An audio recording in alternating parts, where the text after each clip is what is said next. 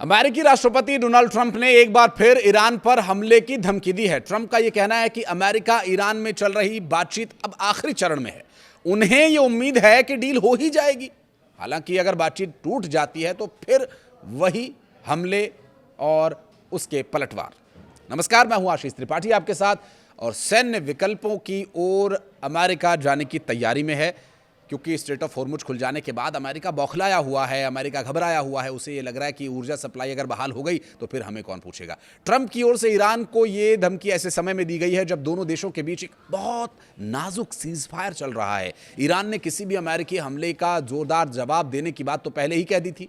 Donald Trump ने बुधवार को कहा कि हम देखेंगे कि क्या होता है, या तो कोई समझौता होगा या फिर हम कुछ ऐसे कदम उठाएंगे जो सख्त होंगे। हालांकि उनका यह कहना है कि हमें उम्मीद है कि ऐसा नहीं होगा।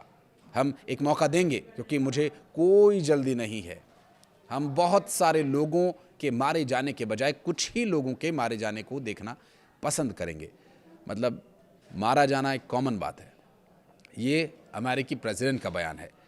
उनका यह कहना है कि हम इसे किसी भी तरह से कर सकते हैं। डोनाल्ड ट्रंप ने जोर देकर यह कहा कि किसी भी समझौते में ईरान को परमाणु हथियार रखने की इजाजत नहीं दी जाएगी। तेहरान की सरकार अगर परमाणु कार्यक्रम पर समझौता नहीं करती है तो न्यूक्लियर वेपन बनाने पर आगे बढ़ती है तो बात बिगड़ेगी। उन्होंने कहा कि हमें ईरान पर एक बहुत जोरदार हमला करना पड़ सकता है।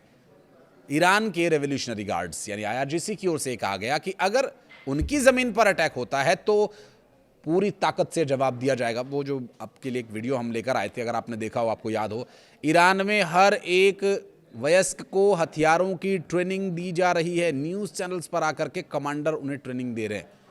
वहाँ पर हर एक नागरिक इस वक्त एक सैनिक के तौर पर। अब आप ऐसे में सोच लीजिए कि अमेरिका अगर ग्राउंड पर अपने सैनिक उतारता है तो फिर वहाँ क्या स्थिति होगी। IRGC ने कहा कि इस बार अमेरिका हमले से एक ऐसा युद्ध शुरू होगा जिसे सीमित करना बहुत मुश्किल हो जाएगा। ये लड़ाई क्षेत्र की सीमाओं को पार करके आगे तक फैल जाएगी। 28 फरवरी को ईरान पर अमेरिका इजरायल के संयुक्त सैन्य हमले के बाद से पूरे पश्चिम एशिया में तनाव है। 39 दिन की भीषण लड़ाई के बाद 8 अप्रैल को पाकिस्तान की मध्यस्थता से युद्ध विराम पर सहमति बनी। इसके बाद से बातचीत के जरिए समझौते की कोशिशें हो रही हैं, लेकिन दोनों ही पक्ष किसी शांति समझौते पर अभी नहीं पहुंच पाए हैं। अमेरिका की ओर से ईरान के परमाणु कार्यक्रम को खत्म करने की मांग प्रमुखता से की जा रही है, तो वहीं ईरान ने अमेरिका से बातचीत में युद्ध से हुए नुकसान की भरपाई की बात कही है, मुआवजा मांगा है और होर्मुज स्ट्रेट पर अपनी संप्रभुता को मान्यता देने के लिए भी कहा है। वो जो ठीकरी पैरा लगाया हुआ ना अमेरिका ने, उनका ये कहना है कि इसको हटाओ आप, ये हमारे क्षेत्र से गुजरने वाला रास्ता है। तो दोनों पक्ष अपनी अपनी बात पर अड़े हुए हैं। इसके चलते गतिरोध लगातार बना हुआ है। और यहाँ ऐसा नहीं है कि ये सिर्फ यूरोप में या मिडल ईस्ट में या ईरान में अमेरिका को विरोध का सामना करना पड़ रहा है। उनके अपने घर में ही डोनाल्ड ट्रंप को विरोध का सामना करना पड़ रहा है।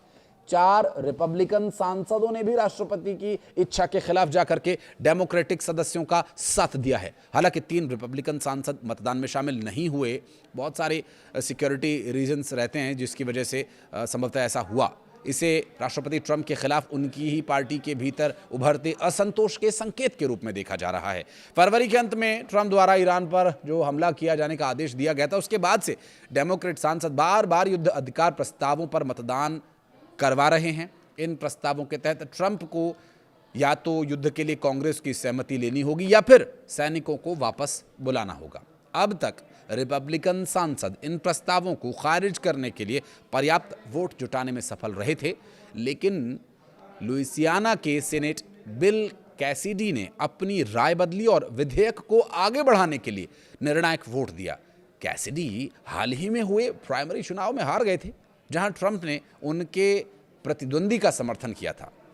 यह विधेयक वॉर पावर्स एक्ट के तहत राष्ट्रपति के सैन्य कार्रवाई की शक्तियों को सीमित करने से जुड़ा है, जो 47 के मुकाबले 50 मतों से पारित हो गया। और इस पूरी प्रक्रिया में यह बात सामने आई कि रिपब्लिकन पार्टी के भीतर भी कुछ सांसद ईरान के साथ युद्ध को रोकने के पक्ष में है और इस विधेयक पर अंतिम मंजूरी के लिए भी मतदान होगा। हालांकि अभी ये तुरंत स्पष्ट नहीं हुआ है कि उस पर मतदान कब होगा। कि टुकी से Republican senator red Paul main की सुसैन कौंसिल का अलास्का के लिया मार्कोस की पहले भी ऐसे युद्ध अधिकार प्रस्तावों के समर्थन में मतदान करा चुके हैं और उन्होंने मंगलवार को भी ऐसा ही किया। कैसिडी ने पहली बार विधेयक के पक्ष में वोट दिया। मतदान से यह भी साफ हो गया कि कुछ रिपब्लिकन नेता लंबे खिंचते युद्ध को लेकर के चिंतित हैं और राष्ट्रपति के फैसलों पर सवाल उठने लगे हैं। अगर सीनेट में यह प्रस्ताव पारित हो भी जाता है तो इसे रिपब्लिकन बहुमत वाले प्रतिनिधि सभा, जिसे हाउस ऑफ रिप्रेजेंटेटिव्स भी कहा जाता है, इसकी मंजूरी लेनी होगी। हालांकि उसके बाद भी ट्रंप इसके खिलाफ वीटो कर सकते हैं। फिर